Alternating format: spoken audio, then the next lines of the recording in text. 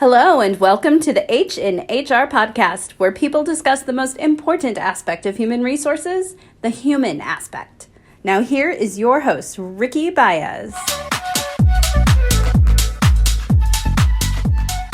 Ladies and gentlemen, welcome back again, and I'm excited for this one because we're gonna talk about something that it's something that every young professional should do, and which I don't think people take serious enough, especially in with how the corporate world is going today, in the business world, and what's happening with finances. It's really important to, as you take a look at your physical health and your mental health, to take a look at your financial health as well. And I met Mr. Kevin Torres, who's right here with me today. I'll let him introduce myself. But a few months ago, I was the MC for the Greater Orlando SHRM conference. I think it was in April or March. And then he works for Edward Jones, and then Edward Jones was a sponsor. So he got up on stage and he told a really good personal story on the importance of making sure that you check on your financial health and that you have a really good plan in case the unexpected happened. And then we went to lunch one time, and then I found out that he likes New York sports. And this was a few months ago, and we started talking about the NBA. And then he asked me about, hey, what do you think about the Knicks? And let me tell you, I told Kevin that I had no faith in the Knicks. And if you know what happened in New York City this past weekend, I was 1,000% wrong. So with that said, Kevin, go ahead and introduce yourself. That way everybody knows who you are. Yes, Ricky. Well, I appreciate that. I appreciate the opportunity of being here. So first of all, my name is Kevin Torres. And like you said, I'm Edward Jones financial advisor. I've been a financial advisor for them for about 4 years. And one of the main things about what I do, and the reason why I do it, and just you mentioned about my story so that everybody knows it, is that I do this because of my father. And I think many can relate that the older folks, and if you're older than 50 or 60s, 401ks and just overall retirement was not, there was no education, nothing. So my father, unfortunately, was one of those that because he didn't understand that he didn't contribute the time that he needed to contribute. He started very late, and he almost passed away in 2022. Obviously, it was 2020 actually. If you ever remember, that was COVID. So he almost passed away in COVID time, and before that, he got electrocuted. So he had like 2 years that was rough. And during that time, we talked about finances, and that's when I actually learned that he was way behind. And that's where my passion started, and I've been in finance ever since. And look, Kevin, it's what when you said that story on stage, I saw the faces of the people in the crowd, and it was like you hit a nerve in a good way, right? I'm not saying that in a bad way, because by me looking at the crowd, because as an MC, I got to keep an eye on time, making sure. But I was supposed to keep you at 5 minutes, but you were doing so well. I'm like, I'm gonna let him go, right? But look, it's so this is the part that this is why I wanted to get together with you and then do this episode, because I don't think people take this as serious as they should, right? And the reason your story resonated with me is because I personally know a lot of people out there who wait too long, or they don't think they can do it right now, or it's especially right now with the way the economy is going, that the economy is going crazy and everything's more expensive, so they don't see that value into that investment into their future. So I'm gonna kick it off right now for you. So let's make believe I'm 25 years old. Okay. I just got out of college. I got a job, and I'm making, I don't know, $60,000 a year. Gas is about $5 a gallon right now. Everything's very expensive. And living in Orlando, for those of you that know, rent is insane. Trying to find a decent place with a good price is insane. Everything is more expensive.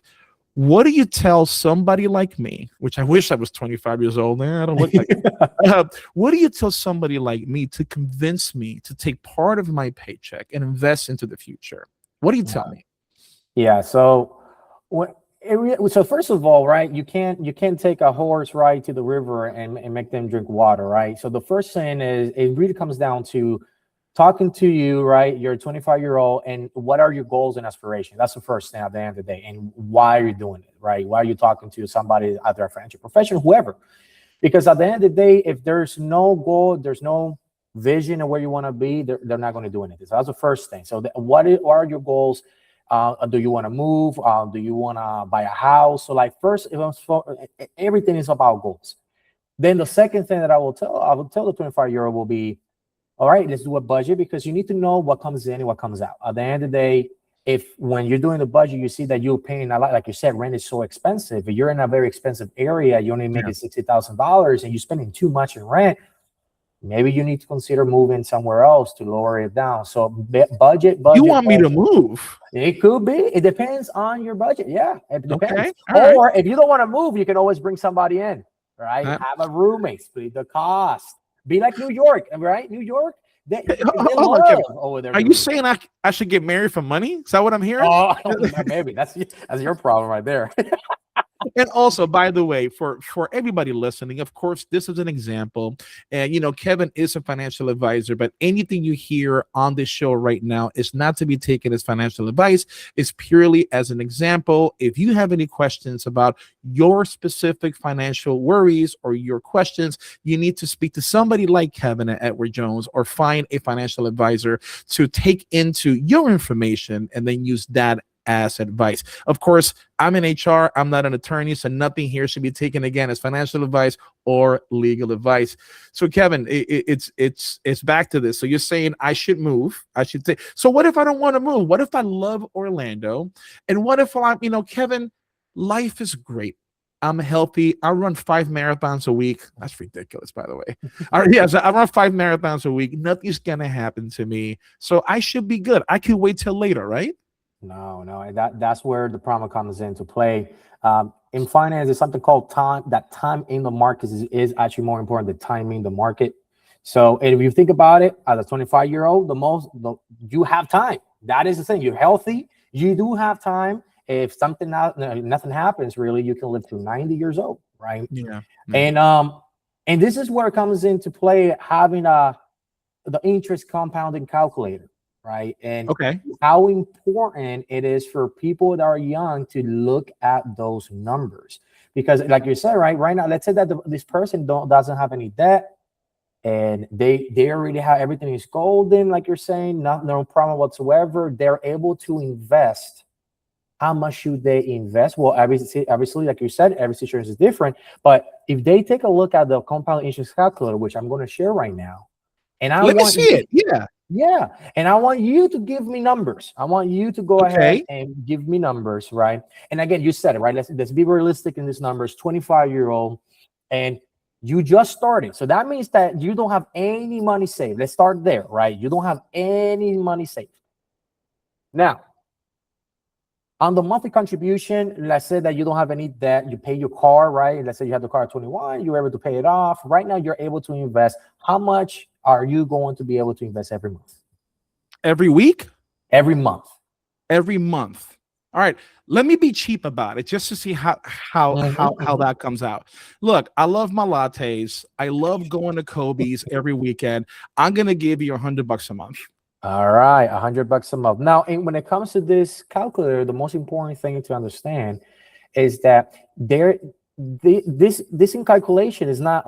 You're not telling them that you're going to increase like contributions, right? You're saying that you're going to be contributing $100 a month for how many years? So let's say that you retire, and to make it easier, 25 at 65. That's going to be 40 years into retirement.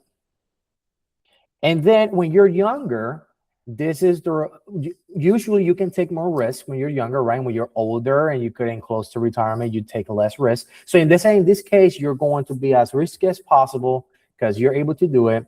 And you're going to be invested in the stock market. Let's say that which returns is about 8 to 10%. So I'm going to do 8%, and I'm going to have a variance of 2, which means that it is going to provide me 3 different lines for the graph, right? One with the 8 as a variance, right, is minus 2, so 6, and then plus 10, plus 2, which is going to be 10. Now, what number do you think is going to come up, Ricky? Dude, I'm in HR. So you're asking me to do math right now on the fly? Yeah. You're seriously asking me to do math? I don't know. So hold on. So let me look at $100 a month in 40 years. And 40 years. So that's 1,200 times 40. $1,200 a year times 40. So hold on, because I need my calculator for that. Okay. All right. So hold on. So that's 1,200 times 40.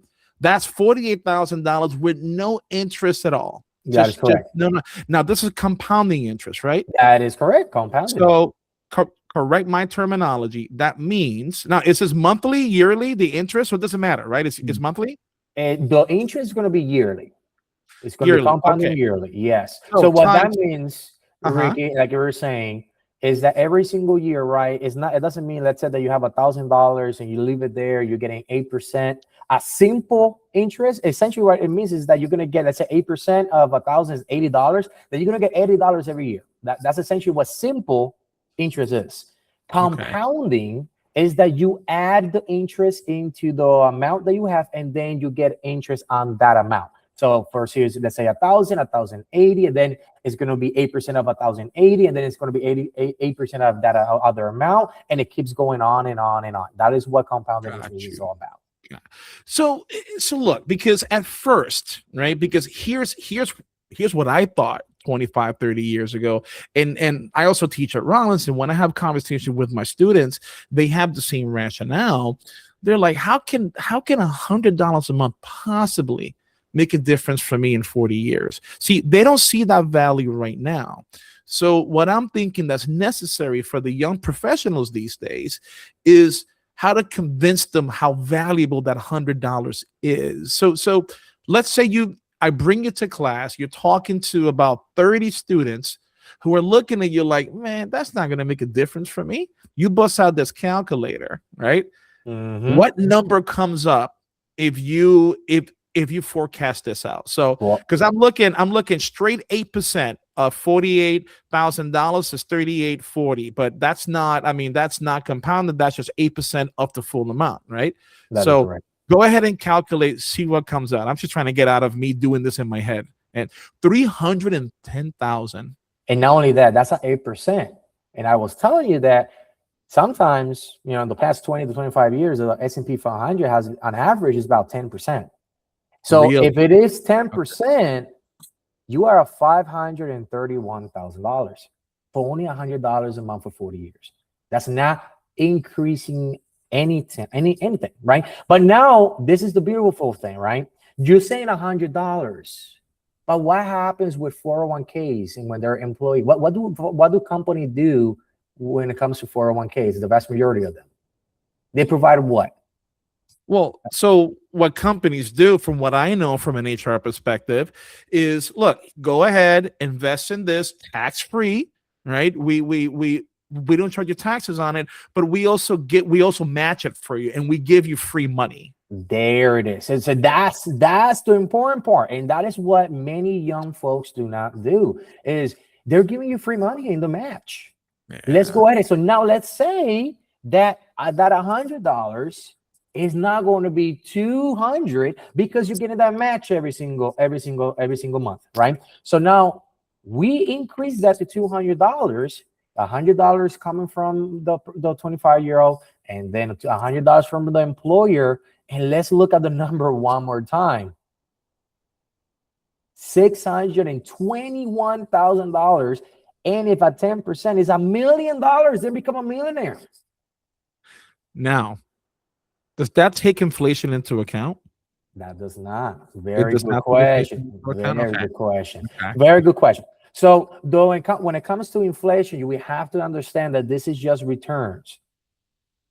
There's something called real return. And essentially what that means is that, okay, so if you take inflation is 3% and I made 5, well, you have to subtract it. That means that your real return is 2% because you actually made 2% more than inflation. So you have to keep that in mind. And then if you make the calculation, and if inflation is about 3% on average, every 24 years, things double in price.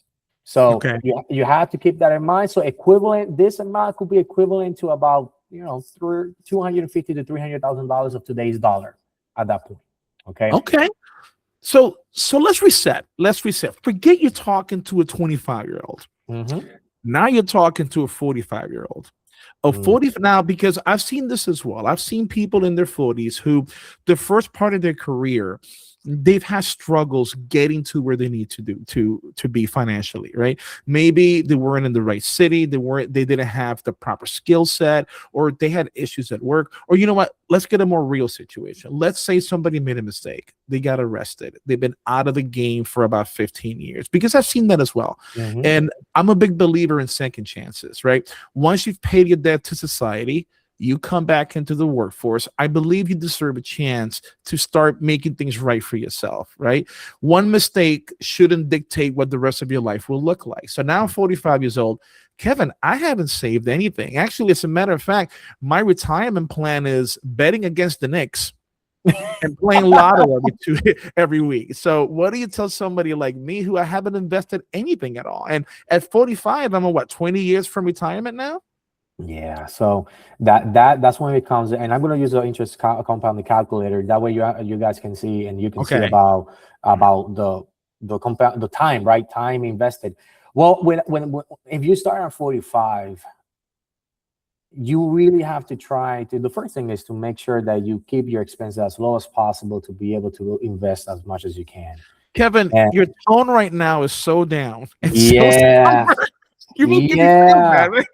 Yeah, so it's so down and somber, man. And it is like that because again, it's very similar to my father's situation. And about the same age, that's when he found out that he was way behind, and we needed to do some catch up, right? So it's not impossible, right? The thing is that there's maybe going to be some sacrifices that needs to be done, right? Okay, I get so that. The first thing is that essentially you need to.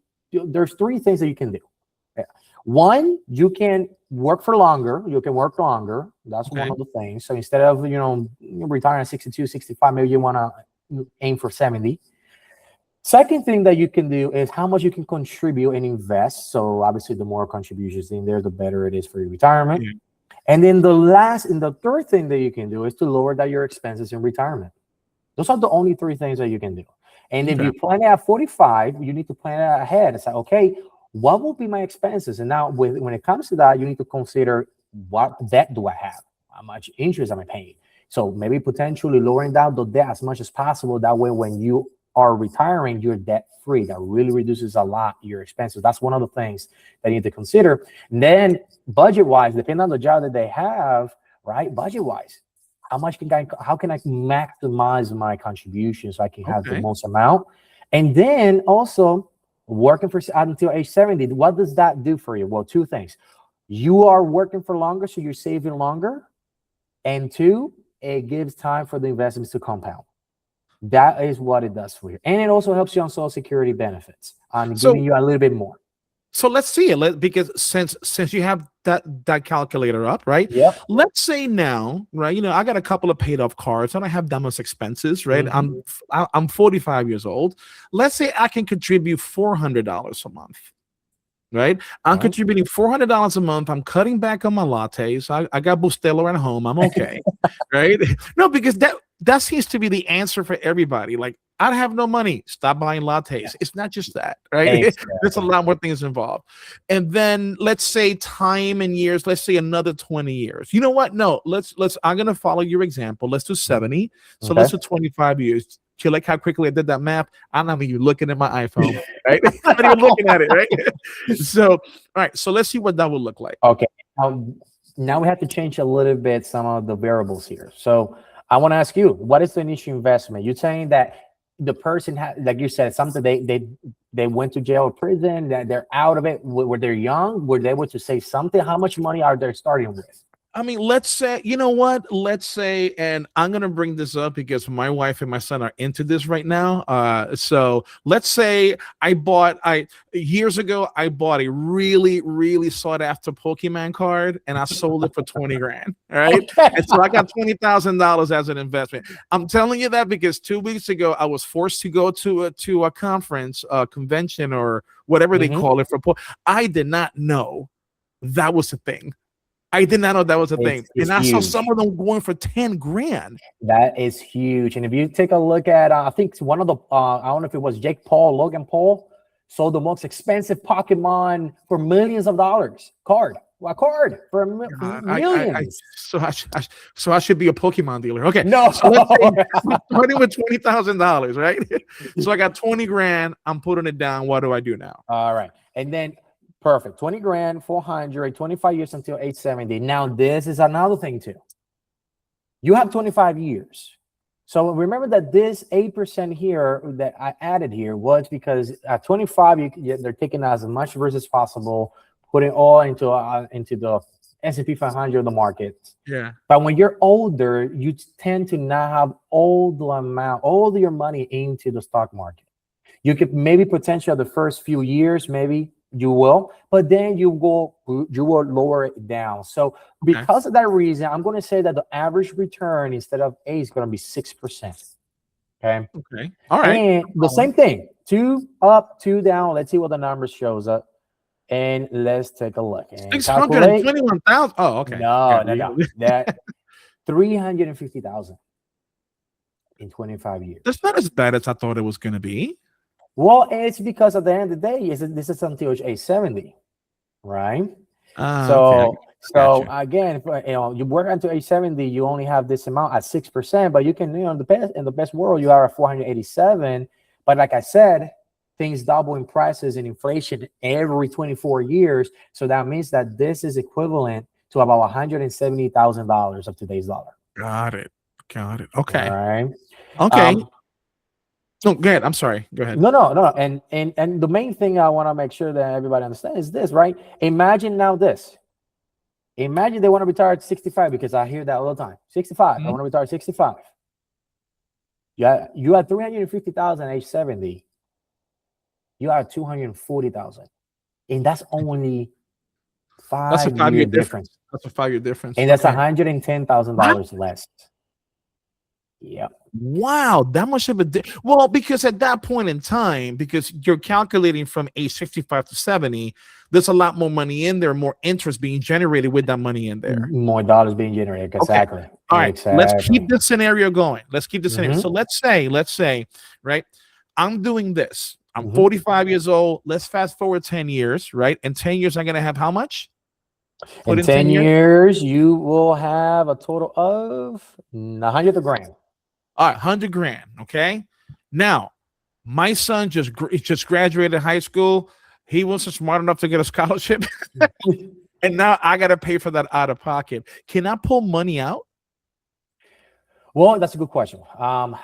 It really comes down to where's the money at, in what account, right? Okay. So depending on accounts, you can take it out. So let me give you an example. If the money, and let's say this is your retirement money, right? So if the amount of money is in let's say a Roth IRA, you're able to take out money from the Roth IRA with no penalties or anything. Because remember that in the Roth IRA, the money that goes in there is going to be after tax money. So it's money that you're ready to pay taxes on. Okay. And the first money that comes out is going to be your contributions. So you don't get taxed, you don't get penalized on your contributions. So if you have a Roth, you can take out all the money that you need when it comes to for education.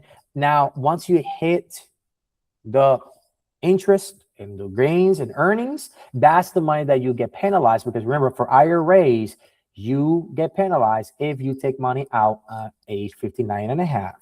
Yep. Right? So same thing as a 401k. You get, what is it, that 20% penalty plus another 10% come tax time? So about 30%. Is that, am I off on that? It really depends. But yeah, so usually they will hold 20, the penalty is 10%.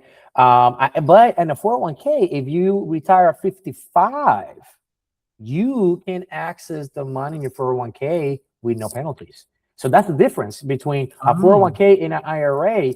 If you're working, if you literally at 55, you retired, and you just keep the money in the 401k, take distributions, and there's no penalties there, right? And obviously every situation is different. So if you're 55, don't go ahead and retire right now. That's not what I'm saying. I got you. I have to take a look at your numbers and see. But if you are able to, you don't get penalties. All right. So talk to your financial advisor. Well, dang, Kevin, I'm almost 50. All right. I just turned 49. So I'm like a year from 50. I was planning on retiring at 55 now. So you're making me think here. So I got one more scenario for you, right? Because I don't want to make this into a 3-hour thing, right? So I got one more scenario for you, right? So let's say, you know what?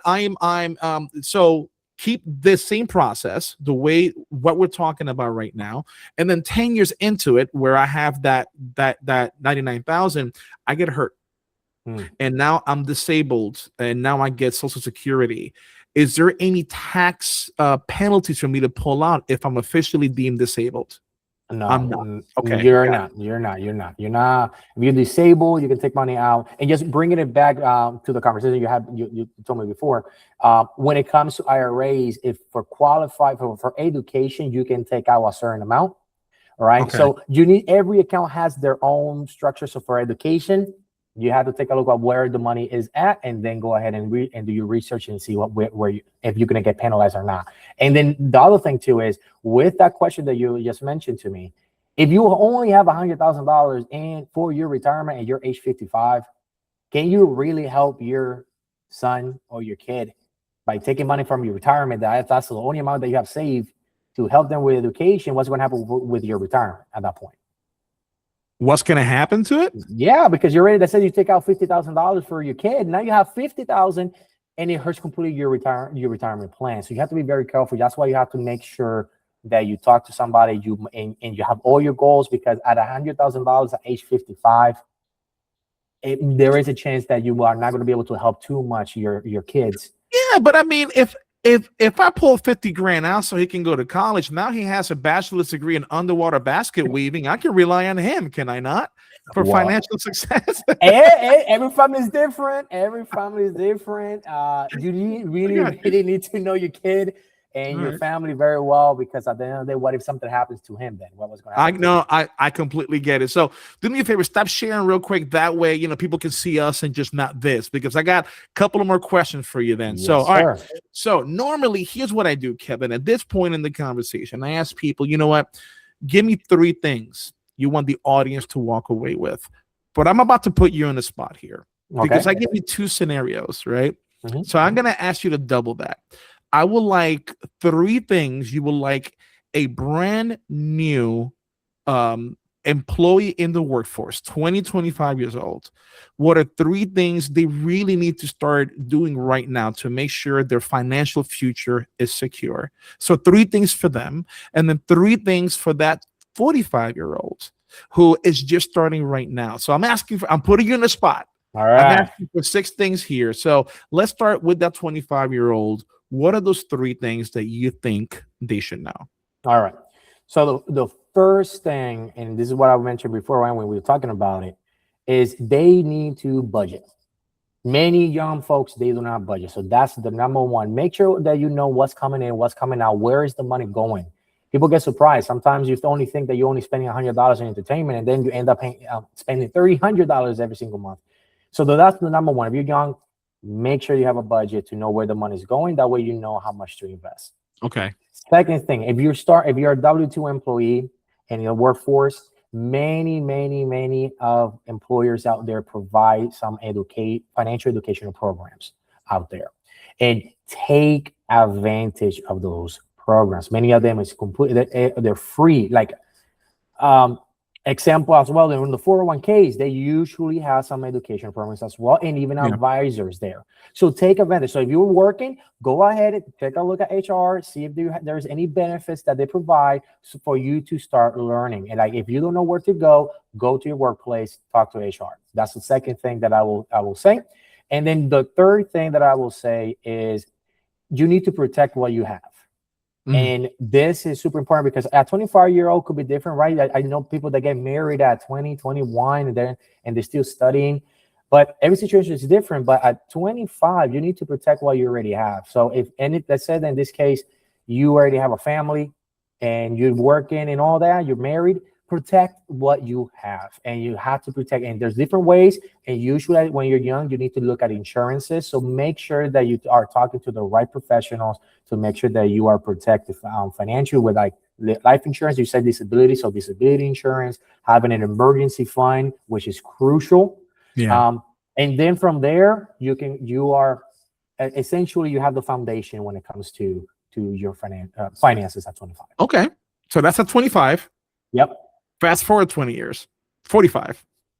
Yeah. And you just starting at 45. So No, I'm not starting to save at 45. Starting to save but at I've been 45. working.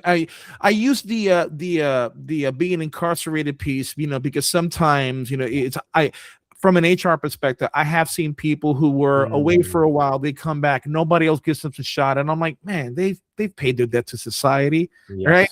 Come on in, let me help you out. What do you say to them? Yeah. So you just need to start. At the end of the day, at age 45, you just need to start. So the first, everything comes down to cash flow. Same thing. Number one is going to be budget, and the budget is crucial. It doesn't really matter. Even for business, you have to think, if you think as a business owner, they always looking at profits, right? What is your profit? That means, what is the surplus? What extra amount of money do you have every single month after the expenses? So that's number one. Second thing, look at your 401k match, see what you have, because at age 50, when you're 45, by the 5 years, you're able to contribute even more to your 401k. So you need to start planning as a 45-year-old to go ahead and do the catch-up contributions at age 50. So you need to know that as in 45. And then at that time, you should already have older kids, or maybe if you start young, maybe even a grandparent. I know my parents became grandparents when they were like early 40s. So if that is your situation, yeah, I know it happens, right? If that is your situation, your estate plan. You already should have already, like I said, your life insurance and all that. What is your estate plan at age 45? You know how many people have heart attacks? And my significant other, she is a doctor, and she's always here telling me, oh, I got had a 45-year, had a heart attack, and they were healthy. I had this 35-year-old, 40-year-old with cancer. You don't know what can happen. You don't know. So at age 45, you should already have either a will, a trust, depending on your situation. You should have already your power of attorney. If something ever happens and you don't have the capacity, who's going to take care of you? Your guardianship, living will. So that will be the top three things as a 45-year that they need to be paying attention. Got you. Okay. All right. So folks, look, if you're out there, if this is resonating with you, act now, right? Find the financial advisor or go to Kevin. Let me tell you why I will go to Kevin, because he called the Knicks before they were even in the playoffs. And he was right. He was 100% right. And Kevin, when you told me that, what I said, they're really good at getting you excited and then they break your heart. Man, that has got to be one of the best NBA finals I have seen. And then when it happened, when people were talking about this, I'm like, bro, you were 100% right about them. They were on point. So he knows what he's talking about. So Kevin, how can people get a hold of you? Because and do you charge for any of this? I mean, how much do people pay you for these services? That's a very good question. So my consultations are completely complimentary. At least we have the first meeting is just to talk to see if there's anything that I can do to help. Obviously there's some that I cannot help everybody, but that first one is completely complimentary, and to see where the person is at, and then we can start creating a plan. When it comes to how I get paid, it really comes down to what the situation is all about. If depending on the services, it will be either fee based or it will be commission. So every situation is different. That's why usually the first conversation is a complimentary consultation, because that will give me more of an idea of the pricing. And then to get a hold of me, you can go ahead and send me an email. It's going to be kevin.torres@edwardjones.com. That's the first thing. You can call me at 321-284-0221. And the easiest way will be following my LinkedIn. I'm very big on LinkedIn. So just go ahead and on the search bar, Kevin Torres, Edward Jones, or Kevin Torres CFP, I will pop up. Excellent. And also, I'll make sure that I put that in the video. That way, you don't have to listen closely. You can actually write it down. So, Kevin, dude, thank you very much for your time. I really appreciate it. This is something that I've been wanting to do for a while, especially. And then once I saw you present, I'm like, that's the guy I need on the show so we can have that conversation. Because, coming from my side, from an HR perspective, I see way too many people who don't take this seriously early enough, and then something happens later on, and now they're behind, right? And then that's when bad things starts to happen. So thank you for your time. Thank you for your message, and folks, give them a call. So, all right, thank you, Kevin. Have a good one. You too. All right, late.